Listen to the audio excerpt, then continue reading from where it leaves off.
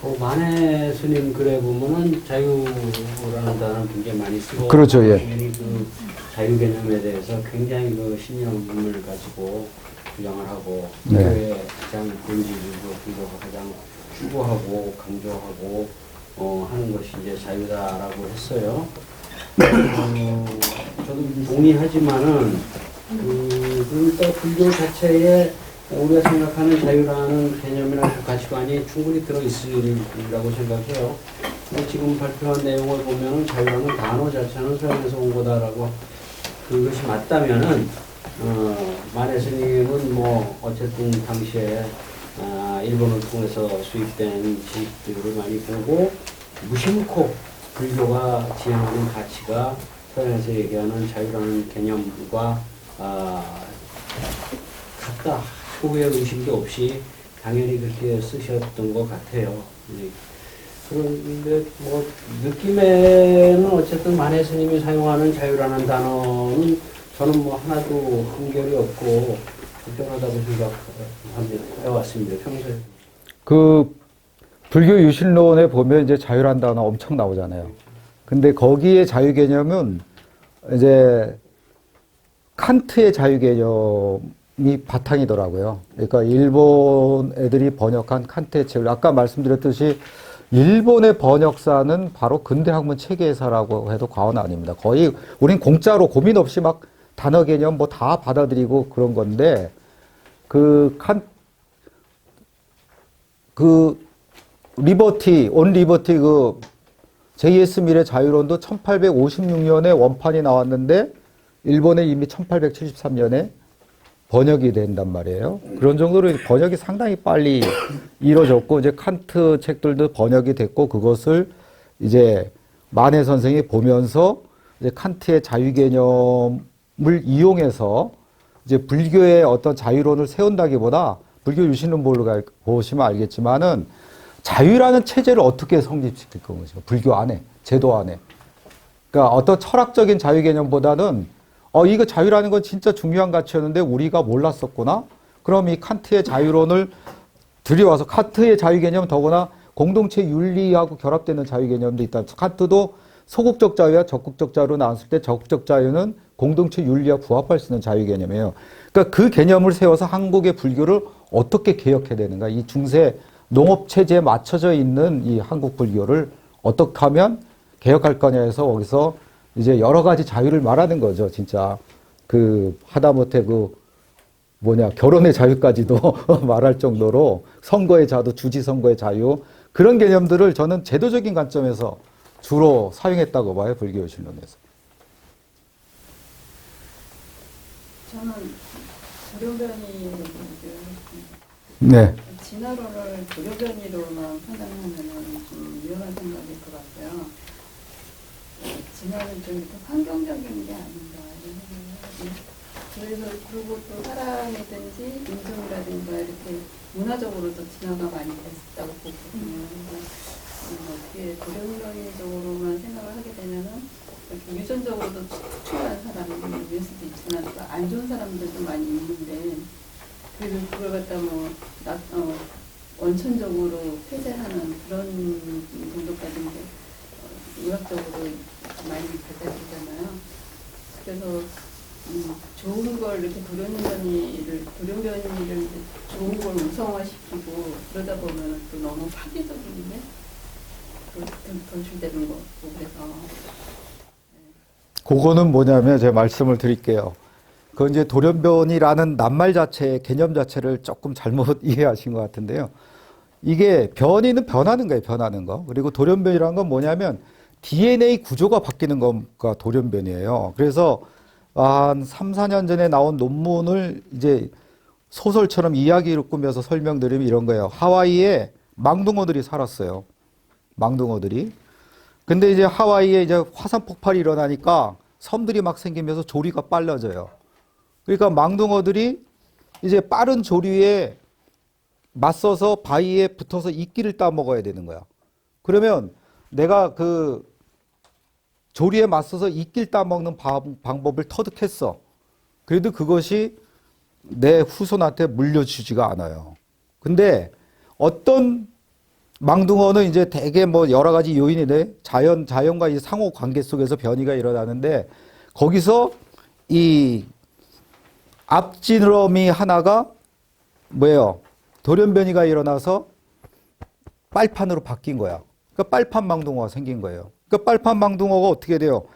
바위에 붙어서 빨판으로 붙어서 있다 보니까 얘가 이제 경쟁에서 우월하게 되니까 하와이에 이제는 빨판 망둥어들이 우월한 종이 되죠. 근데 다 빨판 망둥어로 많이 바뀌니까 어떻게 돼요? 이제 또 경쟁력이 없어. 얘들끼리. 그런데 여기 하와이에 이제 절벽들이 많이 생기니까 폭포들이 많이 생겼어. 그 폭포에 있는 이끼를 따먹으려고 하는 거야, 얘네들이. 그러다 보니까 또 여기 또 돌연변이가 일어나서 빨판이 하나 더 생긴 거예요. 그러니까 이 폭포타기 망둥어를 보면 빨판이 두 개 왔고 암벽 등반하듯이 이렇게 오른쪽 왼쪽 발편을 서로 이렇게 하면서 100m가 되는 그 폭포까지도 올라가서 해요. 이런 것처럼 돌연변이는 DNA 구조가 바뀌는 거예요. DNA 구조가. 예. 그리고 후속 유전학은 아까 말씀드린 DNA 구조가 아니라 단백질이 바뀐 거예요. 단백질이. 그 돌연변이가 나쁜 것만이 아니라 어쨌든 생명, 이 공학이나 진화론에서 중요한 거는 생명의 진화에는 의도가 없다는 거예요. 나쁜 것으로 갈 수도 있고 좋은 것으로 갈 수도 있고. 근데 경쟁에서 살아남은 것만 우리가 보니까 어떻게 돼요? 이것이 좋은 쪽으로 진화온 것처럼 보는 거죠. 우리 인간도 보면은 그 700만 년이지만은 원숭이 단계로 680만 동안 소통을 했어요. 캑캑캑캑 하는 걸로.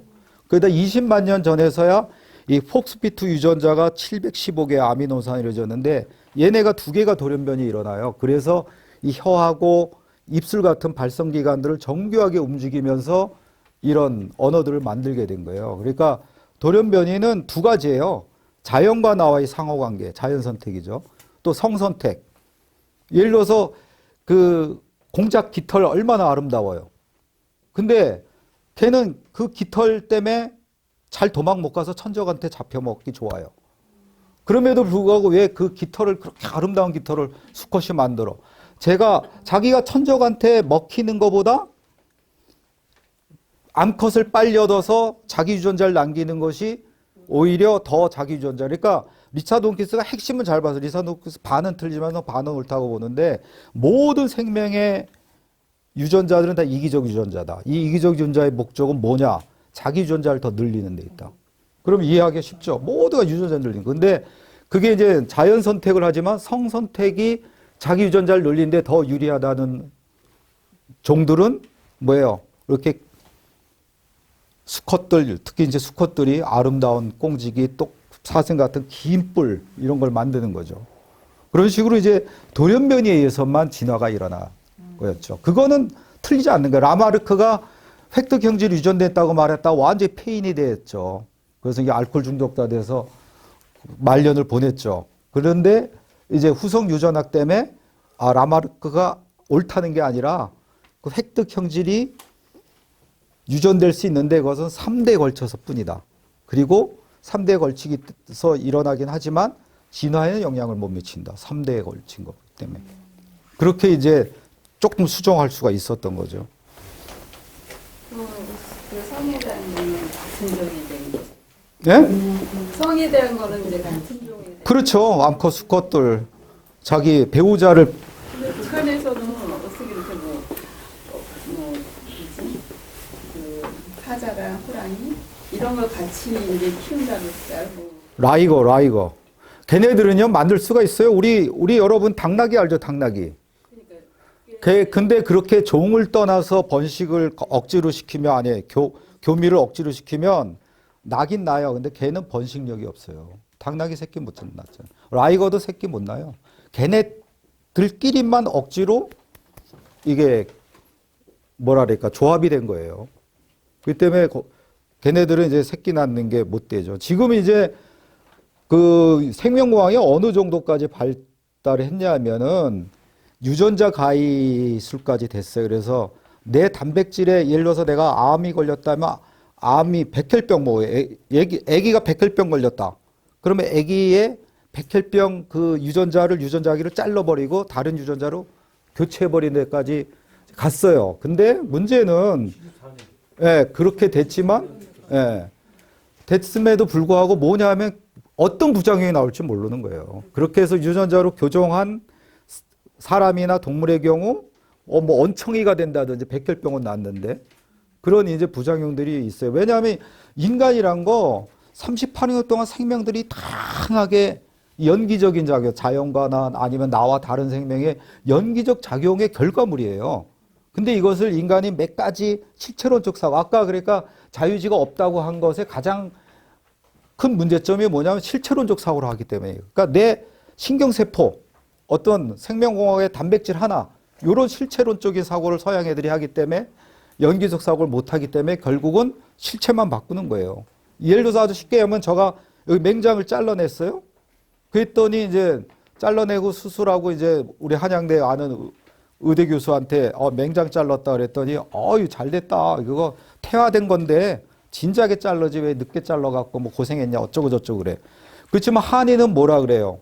그러니까 한의학을 저보고 핵심을 말하라 그러면 뭐냐면 영실 기혈 부실기경이에요. 그게 무슨 말이냐면 혈을 놓칠지언정 경을 놓치지 말라. 그러니까 우리는 허준 드라마 보고 침을 갖다 나중에 혀를 잘 쳐서 놓으면 와 명이다. 근데 그게 아니라 이 전체 흐름을 놓치지 말라 그래서 흐름을 몸의 전체 기의 흐름을. 그러니까 네가 맹장을 잘라서 태화된 것이었지 몰라도 그것이 네 몸속의 내장들하고 있던 어떤 균형들이 이제 깨져서 너 옛날만큼 기를 못 쓸 거다. 이렇게 한의는 말하는 거예요. 그러니까 자유의지나 이런 점도 좀 마찬가지라고 해요. 그리고 이런 어떤 뭐 후성 유전학적인 것도 서양 사람들은 자꾸 실체적으로 그러니까 요 단백질이 어떤 기능을 해. 그러니까 요 단백질을 바꾸면 돼. 하지만 몸 전체가 38년 동안 연기적인 오온의 가합체지만 연기적으로 만들어진 이것들의 연기적 관계를 알지 못하기 때문에 어떤 부작용이 나올지 또 그것이 한 사람을 언청이로 만들고 한 사람을 갖다가 무슨 이렇게 다른 장애를 겪게 만들었지 모르지만은 더 무서운 것은 그것이 인류에게 엄청난 해악을 가져올 수 있다는 거예요. 인류에게 엄청난 그거의 해악은 저는 지금 이제 미국 애들은 생명을 만드는 데까지 갔습니다. 이제 바이러스 막 만들고 예쁜 꼬마 선충이란 것은 기계로 만들었어요. 그래서 얘는 그 뇌신경세포가 100몇 개밖에 안 돼. 그래갖고 그걸 만드는 거야, 기계로 다. 그러니까 얘가 생명하고 똑같은 짓을 해요. 새끼도 낳고, 뭐 모든 활동을 다 똑같이 해, 생명하고. 그거 자체가 억지고 자기 하는 거죠. 예, 근데 그것이 만약에 이제 그 예쁜 꼬마 선충 같은 거로 났는데 바이러스도 굉장히 얘네들이 많이 만들어 놨어요. 근데 그런 거 생각해 보세요. 얘네들이 황인종만 죽이는 어떤 바이러스 만든다고 생각해 봐. 엄청난 문제가 생길 수가 있어요. 그러면 걔들이 진짜 레이저 무기도 지금 미국이 만들었잖아요. 그래서 얼마 전에 외신 보니까 그 레이저 무기 레이저 무기 원래 조그만 건 우리나라에 있죠. 근데 엄청나게 군함 자체를 없애버리는 레이저 무기까지 만드는 거야. 그래서 레이저 무기를 실험을 해갖고 군함이 싹 사라진 거 보고 거기 있는 사람들이 엄청난 충격을 받았대요. 그래서 뭐 하자는 거죠? 몰라. 하여튼 미국 놈들이 뭐 하여튼 근데 미국 놈들이 만약에 그 상인종만 죽이는 바이러스를 퍼뜨린다고 생각해도 엄청난 거죠. 또 그런 거 아니래도 실수로 어떤 바이러스가 퍼져나왔다? 우리 스페인 독감으로 5천만 명 죽었어요. 엄청난 인류의 그 위기가 올 수가 있다. 38년도. 저기 라이벌은 그러면 수컷이 사자고 그런 거예요? 상관없이 암컷 중에 하나는 호랑이고 하나는 수컷 중에 하나는 사자고 해서 라이거가 나왔죠. 그러니까 그 사자 얼굴인데 호랑이 뭐 얼룩무늬가 있다든가 그런 건데 걔는 새끼를 못 낳는다니까요. 억지로 그렇게 한 거. 종을 넘어선. 네, 근데 이제 사자를 우리 불교에서는 사자를 좀 크게 치잖아요. 근데 그 사자 형상이 이제 수컷은 털이 이렇게 많고 얼굴에 그러니까 두부 쪽으로 이제 네. 그리고 이제 암컷은 필요가 없어서 그게 없을까요? 아니죠. 그게 아까 말씀드린 대로 성선택인데 그거 성선택이 사자의 갈기가 암컷한테 이제 매력적으로 보이니까 그게 갈기를 자꾸 키우는 거지. 걔네들이.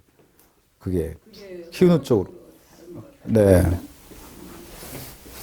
글쎄 뭐 치타라든가 이런 것도 많이 이제 암암리에 이렇게 그런 거 보면은 이제 뭐 암사자일 수도 있을 거 아니에요? 뭐가요? 암사자가 뭐? 치타 아니 치타나 이렇게 그 다른 그 표범도 그렇고 이렇게 뭐 어떤? 고양이과 쪽으로 이렇게 보면은 네. 예. 뭐 고양이 쪽 보면 뭐 질문하고 싶은 게 뭐예요? 그런 것도 호랑이에서 돌연돼 갖고 나온 게 돌연변으로 나온 것이 아니냐는 이런 질문이야. 아니야. 종은 달래. 종은 자기네들이 자연 선택하면서 각각 그 종으로 만들어진 거예요. 그런데 질문에 대해서 아니 말을 또 그냥 난 알아듣는 나 못 알아. 아니 무슨 말씀하시는가 해서. 예. 이게 자유와 관계되는 게 자유의지잖아요. 자유의지인데 그 불교의 기본적인 것은 이제 두 가지 여기서도 뭐 체와 이제 상 뭐 이렇게 네. 현상론과 본질론 또는 본체론 또는 우리는 이제 진소 또는 뭐 세간과 출세간 이렇게 예. 우리 그리고 법이라고 하는 게 이제 이원화 두 개잖아요. 두 단계. 네네네. 그게 이제 표리를 이루고 있는데 어쨌든 우리가 이제 이 세간에서는 윤회라고 하는 것을 우리가 전제를 하고 윤회라고 하는 것은 어떤 의지에 따라서 그러니까 업인에 따라서 과보가 있다. 그래서 업보, 인과응보, 업보 이렇게 이런 것들이 있어서 그런 것이 없으면 도덕이 무너지기 때문에 그러죠. 도덕이라고 하는 것, 형성이라고 하는 불교 쪽에서 도덕에서 도덕이라는 밑받침에는 그런 업인 그 과보라고 하는 인과응보, 업보설이라고 하는 것들이 있어서 그럴 경우에는 그 자기 자유 의지가 있고 그 의지에 따라서 책임을 져야 된다. 도덕적 책임이 따라오게 된다. 그것은 필연적인 거라고 보는 네. 그것이 또 이제 출세관으로 가면 또 이제 공성이 되고 뭐 좀 다른 이게 되지만 그것이 결국은 뭐 따로 있는 것이 아니기 때문에 그것이 하나로 있는 것이기 때문에 이 불교 입장에서는 자유의지가 부정될 수가 없어요. 이거는 그렇게 되면 업보설이 무너져 버리고 도덕이 무너져 버린단 말이지. 그럼 우연론이 되어버려요. 예, 그거를 좀 지적을 좀 하고 싶은데, 물론 이제 우리가 이제 여러 가지 조건, 모든 건 다 연계 조건에 따른 거니까, 우리가 위파사나를 하게 되면 자기의 의도를 이제 알아차게 된다고, 관찰이 된다고요. 예를 들면, 우리가 이제 발을 든다. 그럼 발을 들려고 하는, 이렇게 들기 전에 발을 들고자 하는 의지가 작동을 해요. 내려놓을 때는 내려놓는다 하는 그 의지가 작동이 되고 네. 계속 반복을 하다 보면 어느 순간에 그게 알아차게 된다고. 또 이렇게 돌아서게 된다. 우리가 이제 거상할 때 걷다가 돌아서잖아요. 그러면 돌아서려고 하는 의지가 어느 순간 포착이 되는 거예요. 의지가 있다. 근데 이제 그게 또 절대적인 게 아닌 게 만약에 우리 뇌신경의 어느 부분을 이렇게 이게 수술해서 연결을 하면 나는 앞으로 가고 싶은데 뒤로 가게 되는 현상이 일어난다고 하더라고요. 네. 마음을 표시하고 이 뇌신경을 어떻게 조작을 하면 나는 앞으로 가려고 하는데 뒤로 간다는 거예요. 그러니까 방향 감각하고 마음하고 그걸 그건 조작해야 한 거지. 조작해야 한 거. 그러니까 이게 의지라고 하는 게 절대적이 아니라는 것 같아요. 이게 조작을 하면 오작동이 그렇지. 작동 의지 자기가 생각대로 또 안 된다는 거예요. 물론 이제 그거는 무상하고도 뭐 관계가 있을지 모르겠는데. 일상생활에서도 의지대로 안 되는 것도 많아요. 감기 걸려서 뭐. 물론 그렇죠. 네, 그러지. 그래서 이제 물론 이제 그렇기 때문에 이제 의지나 이런 것들이 내가 아니다라고 하는 것으로 이제 무상하고 무상고무하라고 하는 게 관찰하다 보면 이제 내가 아니다 또는 내가 없다 이렇게 결론을 나게 되는데 그러나 기본적으로 세간의 어떤 우리 행위에 대한 어떤 책임 이런 것들 기본적으로 과보라고 하는 게 기본적으로 있단 말이죠. 그래서 자유의지라고 하는 게 절대적으로 부정될 수는 없다. 그거는 제가 말씀드리면 저는 그래서 여기 이제 시간 관계상 마지막 부분은 빼놨지만 진여문하고 생멸문, 인식론하고 어떤 본체론으로 구분을 해야 된다고 봐요. 그러니까 생멸문에서는 분명히 자유의지가 있죠. 있다고 전제해야 인과응보의 업인이 다 설명이 되는 거고 또 거기에 대한 윤리적 책임도 질 수가 있는 거고 아까 그래서 이제 자유의지가 있다는 전제하에서 근대법 체계가 된 거를 예를 들은 거잖아요. 근데 그 자유의지조차도 하나의 저는 우리의 어떤 아집이라든지 아상이라든지 이런 거에 소속되는 거기 때문에 진여문에서는 그 자유의지 자체를 넘어선 게 진정한 자유라는 거지. 예, 예. 그 자유의지도 끊어진 상태가 어떤 윗바사나든 싸맞다든 그런 걸 통해서 자유의지조차도 끄는 어떤 해탈의 경지가 진정한 자유다. 불교에서 추구하는 그런 거죠. 굳이 구분하려면 상태적인 자유나 당위적인 자유. 그거하고는 또 달라요. 그거하고는 또 달라요. 그렇죠. 진여문은 단지 상태, 당위 그것조차도 넘어선 거죠. 그 구분조차도. 당연히 그거 넘어서. 네, 넘어서서. 네. 자, 이게 다 망상으로 들어간 거죠. 자, 한 명만 더 질문을 해주세요. 그리고 정리를 하겠습니다. 예. 전뭐 선생님이 그 서양의 자유론하고 불교 자유론을 잘 연결시켜서 이렇게 정리할 수 있겠구나 하는 생각을 해봤습니다. 그런데 선생님 부분에 따르면 소극적 자유, 적적 자유, 대다적 자유를 소극적 자유를 이제 무에 연결시키고 그다음에 대다적 자유를 진속 불이에 연결시키는 어떤 관점 그렇게 하시고자 하는지를 충분히 이해할 수 있는데 그랬을 경우에 이 무에 대한 이해를 좁힐 경우가 글쎄, 그래서 제가 말씀드렸잖아요. 무해를 오히려 그 좁혀야 된다고 인식론적인 그렇죠. 예, 좁게 해석할 때만 가는. 진속 불이에 대해서 그렇죠. 화음만 가더라도 네. 사무에 또 사사무에까지 올라가고 그렇죠. 예, 예. 대자적 자유에 보셔도 그러죠. 그렇죠. 예, 예, 예. 그런 예. 아, 그거는 저도 그래서 말씀을 드린 거예요. 무해를 그 아주 좁은 거의 뭐 1차적 의미로만 사용하겠다. 그런 거죠. 그 경지로 가면 대자적 자유나 적극적 자유랑 다 통하는 거죠. 거기 무해라는 개념은 세 개에 다 걸쳐 있는 거야. 어떻게 보면. 비교 네네네. 비교율리한 게 가장 문제죠. 어려운 점 중에 하나인 거예요. 그렇죠. 예. 그러니까 연결시키면 분명히 이점이 있는데 이해하기도 쉽고 또 자칫하면 이제 다른 오해를 그렇죠. 공통점과 차이가 분명히 있는데 연결하면 차이를 무시하게 되니까. 그럼에도 네. 방편으로 이용하면 네네. 굳이 방편으로 구분을 한 거죠. 네.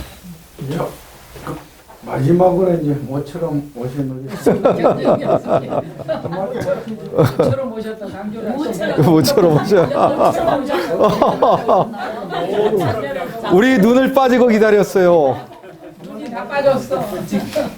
요즘 이제 생존을 위해서 버티는 상황이라 여기도 버티는 분 계시고 지금도 나보다 더 안 버티고 있고 나는 버티고 있고 하여튼 오랜만에 와서 반갑고 또 죄송하기도 하고 또 안 온데도 다 뜻이 있으니까 이렇게 이해를 해주시고 오늘 자유론의 문제에 대해서는 사실은 우리가 한 1시간, 2시간 강의로 해결할 것이 아닌 것 같아요. 그렇죠. 예, 예. 저도 전에 이 교수님하고 전에 얘기를 했지만은 정평불에서 이 자유의지 문제를 가지고 프로젝트를 어디서 뭐 좀 따오든지 이거 공부하면은 사실 굉장히 이제 중요하게 되는데 오늘 뭐 제가 처음부터 다 못 들었기 때문에 다만 이제 그러니까 우리 이선 법원님께서 뭔가 이렇게 질문하는데 그러니까 그거를 이렇게 뒤집어서 생각해 보면은 뭔가 자유의지를 상당히 부정하는 쪽으로 뭔가 강의가 흘러간 것이 아니냐. 그래서 뭔가 자유의지라는 것은 뭔가 조심스럽게 자유의지를 완전히 부정할 수만 없다 뭔가 이렇게 소극적으로 얘기를 하신 것 같아. 내가 볼 때. 근데 이제 아까 또 화음을 하셔서 원효를 하셔서 일심도 잘 하시겠지만은 아까 이제 진여문은 그 자유의지까지도 이제 이렇게 극복한 거다라든가 이런 얘기들은 상당히 이제 그 일심의 세계로 봤을 때 많은 문제가 있을 수가 있습니다. 그러니까 생명물과 진여문을 저는 역동적으로 바라보자는 입장인데 그걸 뭔가 이렇게 평면적으로 이분법적으로 전혀 다 아시겠지만 그렇게 볼 수가 없어요. 그래서 자유의지 문제를 그건 생명문에서는 그렇지만 진여문에서는 극복된다는 이런 것들은 이제 일심의 철학으로 들어가 보면 문제들이 있을 수 있고요. 그래서 저는 상당히 적극적으로 그 불교가 자유의지를 부정하면 불교가 무너진다 이렇게 생각을 하고, 그 전에도 가끔 얘기를 했지만은 중암 도경에서 부처님이 삼종외도 비판하실 때 그 비판의 요지 또 비판의 근거가 뭐냐면 결국 자유의지 문제예요. 그래서 요즘 워낙 뇌과학이라든가 뭐 생명과학 워낙 발전을 하니까 저는 청평불에서 이 자유의지 문제를 가지고 한번 해도 좋겠다. 우리만 하자는 것은 아니고 네네네. 거기 모든 이제 전문가들 다 동원 좀 할 수 있습니다. 이 부분에 예. 아주 깊은 연구를 많이 한 게 이재훈이에요. 그 우리 와서 우리 중대불교학생이 나오는 이재훈 많이 나오지. 그. 자유지 갖고. 아니 내과. 내과. 아, 이거 아주 책도 많이. 네, 그 질문 다 하신 거예요? 그래서 이제 네. 박문호 선생이라든가 특히 그렇게 하는 건데, 그래서 좀 그렇게 앞으로 좀 봤으면 좋겠다, 섬세하게 이렇게 하고. 그게 하나는 이제 무아아공 좀 지말적인 것이긴 한데, 무아아공, 법공, 공공 이렇게 돼 있어요. 근데 무아하고 아공은 좀 중복되는 느낌이 들어서 그걸로 말하면 아공이 사실 무아 개념. 그러죠. 네네. 그럴 때는 아공, 법공, 공공 이렇게 갔으면 좋겠다. 아니, 그거 대답을 드리면, 아니, 뭐, 연관돼서, 예, 그 대답을 먼저 하신다면. 잠깐만 있어봐. 아니 잠깐 이렇게 해서 예. 대답하고 해요? 아니면? 아니, 저 보완해서 말씀. 네네네. 그 지금 이제 말씀하시니까 이제 그런데 아까 이제 진제에 가면은 그것도 의지 자유의지도 없다고 그러는데 그렇지 않을 수 있어요. 왜냐하면 이게 그 이제 마음이라고 하는 게, 그 의지라고 하는 게 이게 법을 상대로 해서 끝까지 이게, 그러니까 이게 법이 없으면, 대상이 없으면 마음이 일어나지 않거든요. 그래서 끝까지 이게 마음을 세운단 말이에요. 그래서 달라이라마 그 책들을 보면 끝까지 그런 얘기를 해요. 그 얘기를 중간중간에 대상이 없으면 마음이 일어나지 않는다. 그래서 마음이라고 늘 그 공성을 향해 있다. 공성을 대상으로 명상하는 거예요. 공성의 열반인데, 그래서 그런 마음을 세우는 게 뭐냐면, 마음을 그 대상으로, 공성을 대상으로 하는 게 뭐냐면, 그런 의미에서는 의지, 그런 거 지금 말씀하신 대로 자유의지를 끝까지 포기할 수 없는 것 아니냐, 뭐 그런 측면도 있다. 네, 여전히 소극적으로 질문하고. 우선 저는 자유의지만 놓고 보면, 아까 요체가 겁니다. 그러니까 서양의 실체론으로 본 이 뇌과학자들이나 얘네들은 자유의지가 허구라고 했지만, 연기론에서 보면 자유의지가 있다는 것. 저 핵심은 그거예요, 결론은. 자유의지가 저도 있다는 쪽이고, 다만 이게 불교의 어떤 자유론으로 봤을 때는 저는 이것을 일단은, 그러니까 원효의 화쟁, 저도 당연하죠. 일심이문이에요. 그렇기 때문에 일단 진여 생이말문으로 나눠서 보지만 이건 또 하나 다 일심으로 가는 거고, 그 두 개로 나눠 봤던 것이 다 또 하나로 되는 게 또 화쟁이고, 그렇지만은 그와 같은 비유를 할 수가 있는 거죠. 저는 이게 어떤 거냐 하면은, 그러니까 궁극적인 진리는 언어를 떠나 있어요. 그렇지만은 또 내가 그걸 비유를 하면은, 그렇다고 해서 내가 여기 와서 입을 닫고 있으면 여러분들은 또 쟤 뭐 하나 그럴 거예요. 그러니까 언어라는 건 또 방편으로는 사용을 해야 되는 거죠. 그런 식으로 어떤 언어를 방편화하되, 그럼 원효가 고민한 건 그럼 방편으로 인원 견연의 논리는 알겠는데, 그러면 구체적으로 어떤 것은 언어 자체가 궁극적 진리가는 왜곡이기 때문에 언어를 무조건 도단을 선언해야 되지만은, 어떤 언어는 진리 한 자리에도 가는 방편이 될 수 있냐, 그렇게 이제 고민한 거죠. 그 방편 내에서도. 그러면서 이제 언어를 또 두 가지로 나눈 거잖아요. 진제 언어와 속죄 언어로 또 나눠서, 진제 언어는 오히려 이제 진리로 가는 방편이 될 수 있고, 진리 한 자락은 말해줄 수 있다. 그러나 우린 그거조차도 버리고 글로 가야 되는 거죠. 사다리를 넘어서 집으로 가야지 사다리 머물면 안 되는 거지. 저는 그 자유지도 마찬가지라고 봐요. 그런 식으로 우리가 어떤 생멸문 내지는 어떤 이런 상황 속에서는 자유지가 있어야만인데, 그래야 업이라든지 연기도 오히려 설명할 수 있고 또 윤리적인 책임도 질 수 있고 우리가 보살행도 할 수 있고 이렇게 되는 거죠. 그렇지만은 그 진여문에 갔을 때는 이것조차도 의지고 이거 자체도 다 망상이라고 버려야 되는 경지가 저는 우리가 진정한 해탈의 경지라고 할 수가 있고 근데 예. 영지라고 이름을 예, 예. 영지라고 하고 그 관 네. 이게 그리고 청정도론 같은 경우는 끝까지 관이 남아있다. 네네. 열반 속에서도 관이 남아있어. 그러니까 달라이라마도 끝까지 그 입장이라 관이 있어야 된다. 끝까지 대상을 열반을 대상, 공성을 대상으로 해서 계속 공성을 대상으로 하는 그 관이 남아 관이 있습니다. 근데 관이라고 하거나 또는 뭐 영지라고 하거나 이런 것들하고 그럼 자유의지라고 하는 것은 어떤 관계일까? 그것도 좀 고찰을 해봐야 돼요. 그렇죠. 그런 거는 우리가 고찰은 더 세밀하게 해봐야 되겠죠. 저는 자유로운 상태에서 얘기를 한 거고 지금 뭐 박경진 선생 말씀하신 대로 이 불교에서 이 자유의지의 문제 또 특히 서양의 내과학이 이루는 성과를 수용하면서도 그걸 넘어서서 불교적으로 설명할 수 있는 것들을 우리가 해나가야 된 것이 또 과제라고 봐요. 그거는 천상 뭐 혼자 할 수 있는 거 아니고 여기 있는 분들하고 또 더 플러스 아까 뭐 그런 거론하신 분들하고 같이 공동의 작업으로 했으면 좋겠어요. 저도. 그래서 이제 미션을 주셨으니까 어디 가서 그 연구 자금을 따가지고 세미나 심포지움을 하라는 얘기예요. 그렇죠, 그렇죠. 예. 하나의 과학을 받은 거다. 그래서 그 좋은 주제와 좋은 어떤 세미나거리 아주 우리 연구 과제 우리 어떤 좋은 거 하나 받았네요. 네. 좋습니다. 그러면 질문은 여기서 이제 끝내도록 하겠습니다.